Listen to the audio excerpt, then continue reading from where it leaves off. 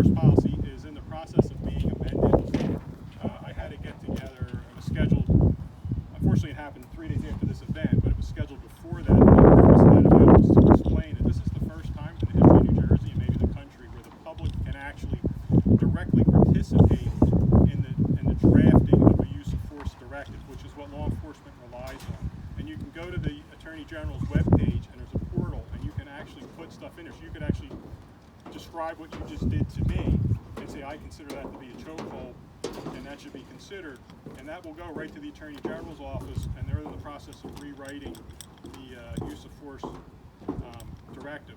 But I would say, based on the videos I saw it and what the intent of the officer was at the time, that would not be classified as a chokehold under our current directive. Wasn't that directive updated recently by Attorney General Rule? No, the directive for use of force has not been updated since 2000. He put out a directive to change it. Okay, so it was in the process of that, and then he decided to extend that time frame till the end of the year and ask the public to add direct input. So the directive is a directive to change it. It did not change it. It's to ask for input from the public in order to incorporate public input on these standards. It'll likely have more of a progression of different types of use of force in it, spelled out a little more clearly. Camden County has a use of force policy, although I find it lacking in some areas. They do have a progressive use of force, and they list them in order, more specifically. So my job is to interpret the use of force on a given situation.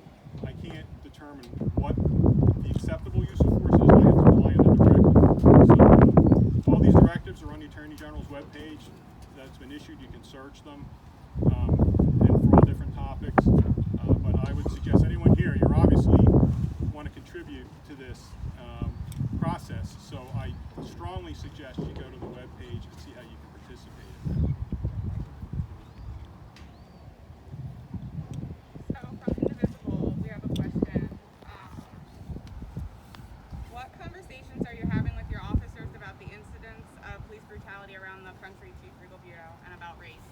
I'm sorry, do you think we could have at least just the three of you guys use the mic because we're live streaming too, so we just want to make sure everyone can hear you plus us in the background too. Thank you. Read that to me again. Yep. What conversations are you having with your officers about the incidents around the country of police brutality, and what conversations are you having about race?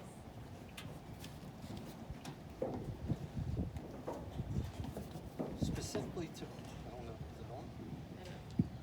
Specifically to race, we're not looking to identify anyone by race, regardless of the color of your skin, your choice of religion, your choice of sexual orientation. We try to treat everybody exactly the same every time.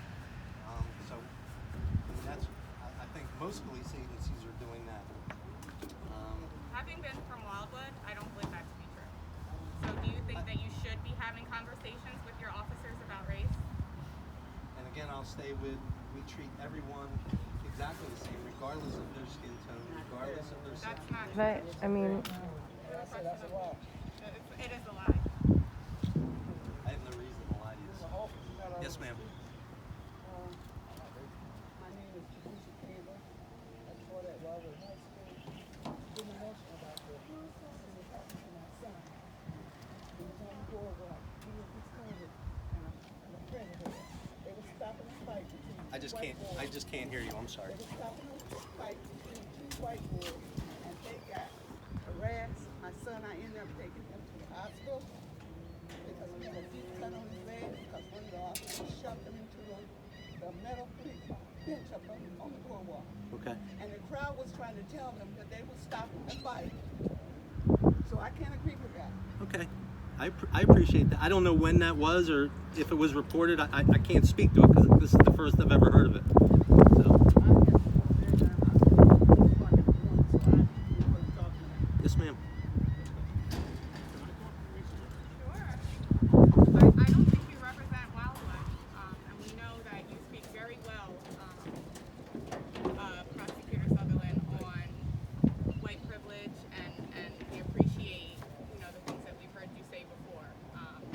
But yes. something that came up. Something that came up after our last get together, and I attended it. The Attorney General's office has been working for 18 months on dealing with a program presented almost exclusively by officers who are people of color, black, mixed race, etc., who have either retired or currently in law enforcement, and they've been putting together this program, which I had the privilege of seeing. And they're actually going back to the history of slavery in this country and how law enforcement evolved from that. And they're following a timeline, and then the people that are doing the presentation and are going back through history and how law enforcement evolved, they're also sharing their personal experience of being a person of color and also in law enforcement. So I got to sit through the pilot. I was the only county prosecutor there. It was up at the State Police Academy.